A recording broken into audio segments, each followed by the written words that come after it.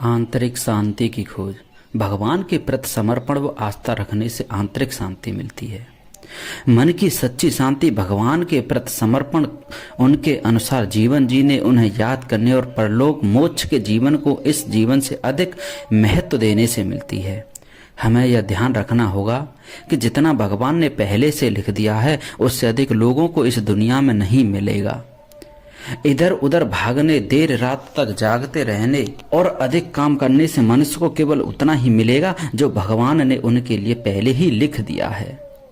जो पहले परलोक को अपना लक्ष्य बनाता है, भगवान उसके कामों को आसान बना देता है, उसे धन देता है विश्वास का, और दुनिया उसके कदमों में आ जाती है।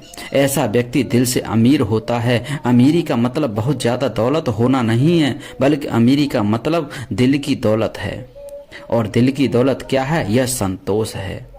और जब कोई व्यक्ति खुद को भगवान के प्रति समर्पित कर देता है तो इसी से मन की शांति मिलती है। हमें कैसे पता चलेगा कि हमारा ध्यान परलोक पर है? अगर हम किसी व्यक्ति के साथ बैठते हैं और सिर्फ नई कारों, महंगे घरों, यात्रा और छुट्टियों और पैसे के बारे में बात करते हैं, और अगर हमारी अधिकांश बातचीत भौतिक चीज़ों के बारे में होती है या गपशप होती है या इधर उधर की बातें करते हैं, तो इसका मतलब है कि हमारा ध्यान भगवान पर नहीं है। यदि भगवान से हमारा ध्यान होता तो हम यह बातचीत में दिखता, हमारी यह बातचीत में दिखता। दुनिया बुनियादी स्तर है जिससे हम खुद को आंक सकते हैं। इसलिए हमें खुद से पूछना चाहिए, हम अपना ज़्यादातर समय किस बारे में बात करने में बिताते हैं। हम जितना ज़्यादा भगवान का ध्यान या याद करते हैं, हम शांति की ओर उतना ही अपने आप को खिंचा हुआ महसूस करते हैं। यदि हम पाते हैं कि हमारी प्राथमिकता यह दुनिया है, तो हमें फिर से ध्यान केंद्रित करने की जरूरत है। हमें पहली चीजें पहले रखने की जरूरत है, जिसका अर्थ है इस दुनिया के बाद का जीवन यानी परलोक। और अगर हम ऐसा करते हैं तो हमें मन की शांति मिल सकती है। और भगवान ने हमें इसके संबंध में भी गीता, भगवत गीता, रामायण व अन्य ग्रंथों के माध्यम से मन की शांति को पाने के लिए भिन्न भिन्न आसन, ध्यान एवं अन्य तरीके बताए हैं।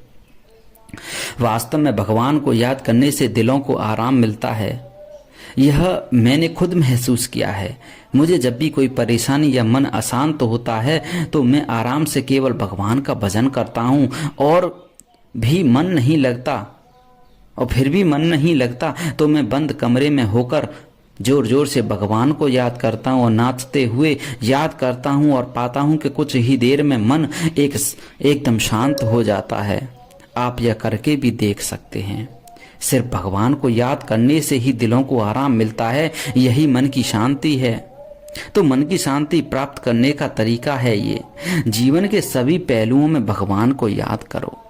भगवान ने भी कहा है कि मन की शांति के लिए हमें अपने जीवन की समस्याओं को पहचानना होगा, अपनी बाधाओं को पहचानना होगा। यह स्वीकार करना होगा कि मन की शांति तभी मिलेगी जब हम इन बाधाओं की पहचान करेंगे और समझेंगे कि इनमें से हम किसे बदल सकते हैं, और उन बाधाओं पर ध्यान केंद्रित करें जो हमारी खुद की हैं और जिसे हम बदल सकते हैं।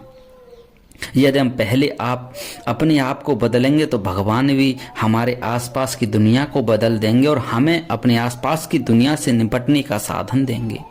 भले ही दुनिया उथल पुथल से भरी हुई है, लेकिन भगवान हमें इसमें भी मन की शांति देते हैं।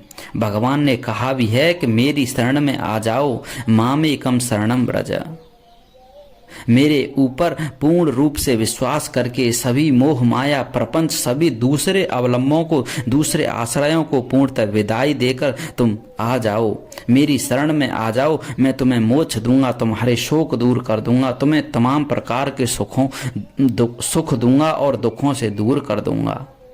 कुछ लोग थोड़ा सा भगवान को याद कर लेंगे या उनके भजन कीर्तन या नाम का सहारा लेकर या मंदिर के सामने खड़े होकर कहेंगे कि हमने तो भगवान को बहुत पूजा, भगवान को बहुत याद किया, हमें तो शांति नहीं मिली।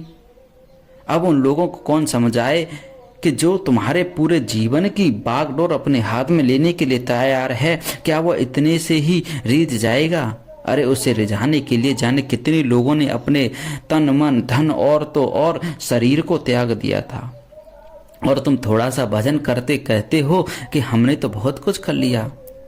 भगवान अपने भक्त से सच्चा समर्पण मांगते हैं और भगवान त्यागने के लिए कहते हैं अभिमान को, और कुछ नहीं, केवल अभिमान को त्याग दो भगवान के सामने।